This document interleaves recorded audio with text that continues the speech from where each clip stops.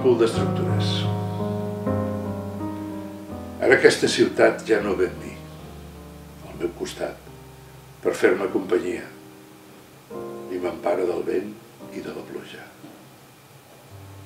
Allò que vaig pensar-me que apreníem als temples grecs el càlcul d'estructures, quan la diagonal creuava els camps i jo era estudiant d'arquitectura, és un ofici de paletes morts i fonaments de boira.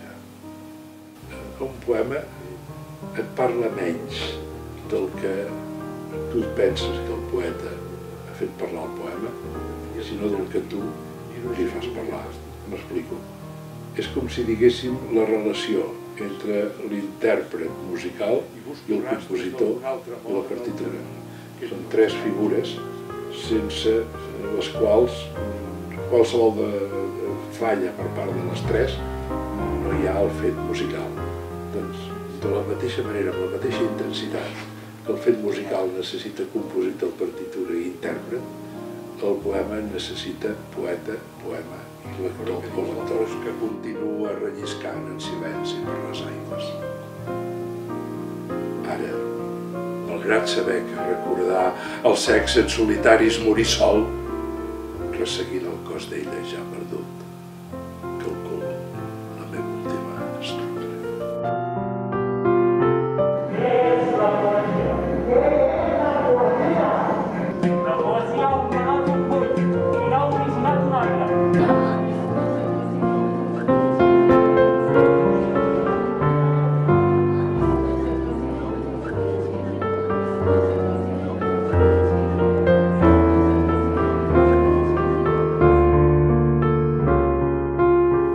El poeta és la voluntat de compartir amb diferents arts la poesia.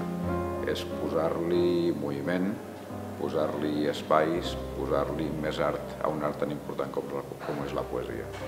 Potser el que més ens ha costat de la mirada del poeta justament és explicar què volem, però sí, en resum, després d'uns anys en el que hem treballat des del punt de vista de poble, en tenir espais des d'on es gestioni i es generi cultura, segurament el següent pas és la mirada del poeta que vol dir que el que hem acabat o el que hem sigut capaços de fer, de crear dins d'aquests espais culturals, és fer-ho sortir al carrer, acostar-ho a la gent, apropar-ho a la resta del poble. Pretén el contacte a través del fil poètic amb col·lectius de ciutadans i ciutadanes que estan allunyats del fet artístic, del fet cultural. Jo definiria el projecte La mirada del poeta, en general, com un projecte comú, que a mi m'agrada molt aquesta paraula, comú i conjunt, enriquidor i engrescador. Vivim d'altres qüestions i moltes vegades ens aturem poc davant d'un llibre de poesia, davant d'un autor contemporani. El fet que Tordera hi pensi, que pensi en persones importants de la poesia contemporània, crec que és posar a davant del públic de la societat una realitat tan important com la realitat literària del nostre país.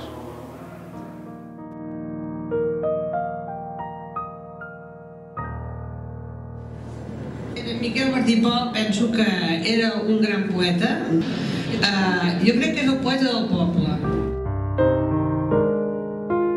L'elecció de Miquel Martí i Pol per la relació que tenia amb Tordera era important i per tant era gairebé lògic que la primera edició es fes a través de la seva poesia, però el següent pas volíem que fos algun poeta que estigués molt proper a la gent i en aquest cas en Joan Margarit en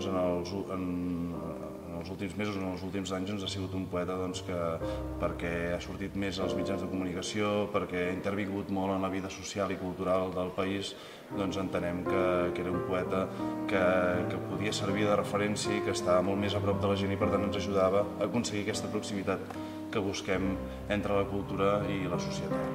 Podria haver sigut fàcilment qualsevol altra obra poètica, però per part meva vaig creure que al càlcul d'estructures hi havia una part que ens permetia tot el joc, que que proposa la mirada del poeta, per una altra hi havia una vessant certament personal. A la vegada que també a nivell de crítica aquest llibre de càlcul d'estructures és un dels llibres més reconeguts i valorats per la crítica especialitzada. El venir d'un aconteixement important, com era la mort de la meva filla Joana, doncs un cop publicat el llibre estricte sobre la mort, es diu Joana, doncs venia una situació entre desemparança,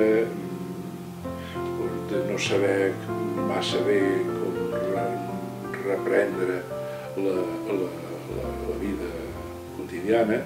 Jo era una persona de més de 60 anys i vaig prendre l'opció de deixar les meves feines arquitectòniques i quedar-me només ja amb el tema de la poesia.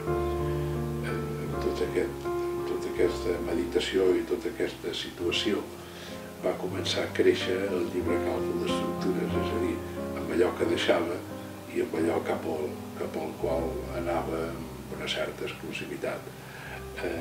Aquest moment de pas d'una situació a l'altra, jo crec que defineix el que hi ha en el fons d'aquest llibre Càlcul d'estructura, que en el fons és una meditació sobre el voltant del dolor. D'entrada, de vegades les persones, quan els ofereixes un llibre de poesia, et diuen que no els hi agrada, però crec que aquest els hi agradarà, els que s'hi posin, no? Perquè és això, és molt clar i molt concís, i diu molt, no? I crec que també diu molt de la vida d'ell, en Joan Margarit. Quan algú diu que vostè és autobiogràfic, tothom és autobiogràfic, perquè no pot ser res més.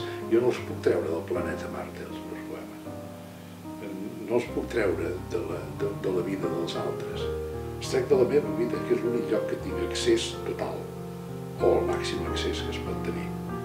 Ara, els trec amb un convenciment, i és que la meva vida és igual que les altres vides. Els meus sentiments són els mateixos que els sentiments dels altres.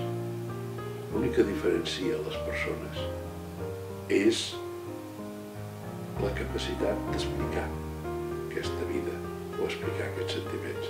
Però la vida i els sentiments són els mateixos,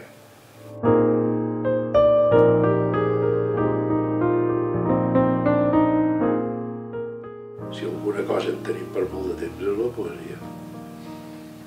Penso, vaja.